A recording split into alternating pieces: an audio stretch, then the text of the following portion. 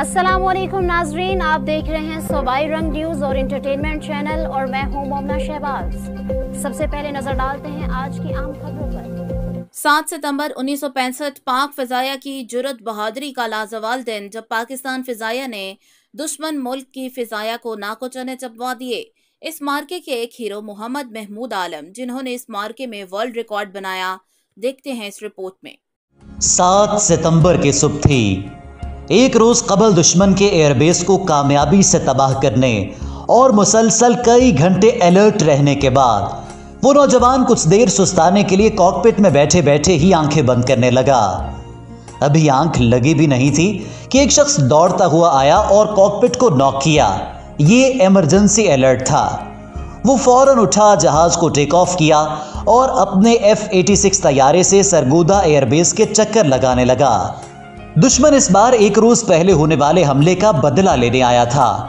रात की तारीकी अभी मुकम्मल तौर पर खत्म नहीं थी कि दुश्मन के 2 तैयारे उसे नजर आए, जो एयरबेस पर मिसाइल फायर करके मशरिक की तरफ वापस भाग रहे थे। वो फौरन उन पर झपटा और एक को गिरा दिया। अभी उस नौजवान का टास्क मुकम्मल नहीं हुआ था। कुदरत उससे एक बहुत बड़ा काम लेने वाली थी। शायद वो भी नहीं जानता था कि उसका नाम सुनहरी हुरूफ में लिखा जाने वाला है।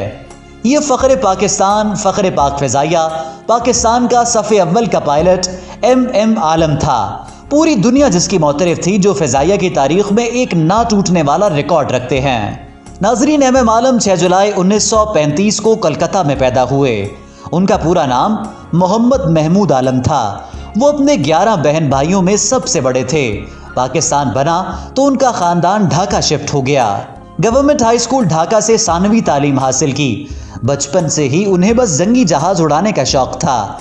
जब भी कोई लड़ाका तैयारा फजा में उनके सामने से गुजरता तो बड़े इन्हमाक से उसे देखते रहते, उसके मोड़ काटने और डाइव को अपने जहन में नक्श करते। जुनून की हद तक ये शौक उन्हें पाक फिजाइया में ले आया। मोहम्मद महमूद आलम ने 1952 में पाकिस्तान एयरफोर्स में शमूलियत इख्तियार की। 1953 में कमीशन हासिल किया। उनके भाई M. शाहिद आलम मुआशियात के प्रोफेसर थे। एक और भाई M. सज्जाद माहिर फिजिक्स थे। दिन हो या रात, हवाबाजी और वतन की खिदमत ही वाहिद धुन थी जो M.M. आलम के जहन पर सवार रहती। M.M. आलम दीगर बातों को बहुत कम सोचते, अपनी ज़ाती ज़िंदगी को ज़्यादा वक्त ना दे पाए। वतन की मोहब्बत इतनी गालिब थी कि शादी भी ना कर पाए। वो पाकिस्तान एयरफोर्स में इतने मकबूल थे कि सीनियर्स नए आने वाले पायलट्स को M.M. आलम से ज़रूर मुलाकात करने का मशवरा देते थे। उन्होंने पाक फ़ज़ाइया के नंबर 11 और नंबर 26 स्क्वाड्रन की क़यादत भी की। उन्होंने अपने करियर में फ़ज़ाइया के बहुत से कोर्सेज़ किए और मुख्तलिफ आला ओहदों पर भी फायज़ रहे। 65 की जंग में पाकिस्तान को अपने से 4 गुना बड़ी क़ुव्वत के हामिल दुश्मन का सामना था, लेकिन M.M. आलम और उनके साथियों के कारनामों ने दुनिया भर में मुल्क का नाम फ़ख्र से बुलंद कर दिया। 6 सितंबर को पाक फिजाइया के सरफरोश मुजाहिद भारत के एक एयरबेस को निशाना बना चुके थे।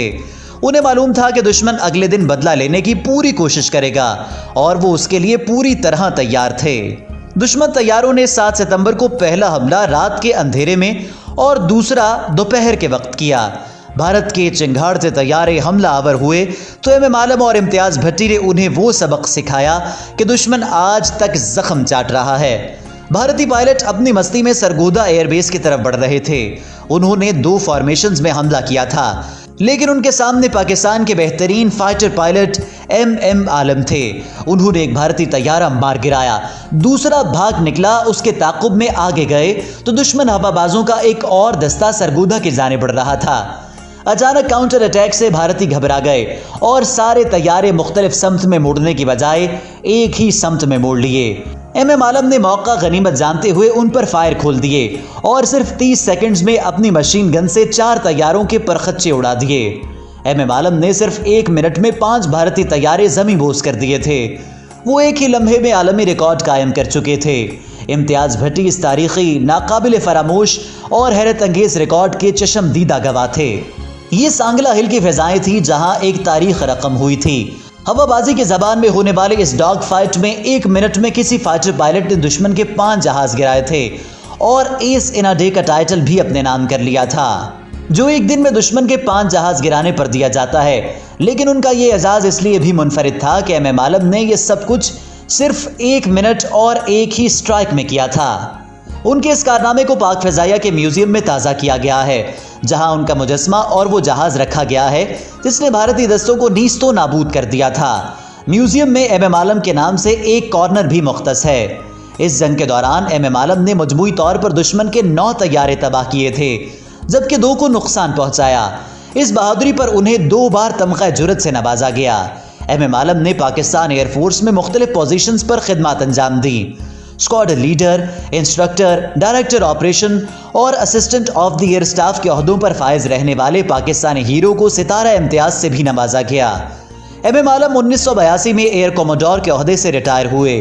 हम वक्त पेशा वराना सलाहियतों के बायस एयरफोर्स में उन्हें लिटिल ड्रैगन भी कहा जाता था। एयरफोर्स से रिटायरमेंट के बाद उन्होंने कुतुब बीनी को अपना मशगला बना लिया। अपनी आखिरी जिंदगी में उनके पास किताबों का एक बड़ा जखीरा मौजूद था। वो फेफड़ों के आरज़े में मुब्तला हो गए और तवील अलालत के बायस 18 मार्च 2013 को खालिक़े हकीकी से जा मिले। पाकिस्तान एयरफोर्स मसरूर बेस कराची में उन्हें सरकारी एजाज़ से नमाज जनाजा अदा करने के बाद शहदा के कब्रिस्तान में दफन किया गया। मियाँ वाली एयरबेस और लाहौर के पोश एरिया की एक मशहूर शाहरा उनके नाम से मंसूब है। जुरत और बहादुरी की मिसाल पाक फिजाइया का फ़ख्र मोहम्मद महमूद आलम पाकिस्तानियों के दिलों में आज भी जिंदा हैं। एमएम आलम ने पाकिस्तान के दिफा में जुर्रत और बहादुरी की वो मिसाल कायम की जो रहती दुनिया तक याद रखी जाएगी। एमएम आलम की ज़िंदगी की कुछ झलकियाँ आपने देखी। उनका जज्बा हुब्बुल वतनी और कारनामे रहती दुनिया तक लोगों के जहनों में नक्श रहेंगे।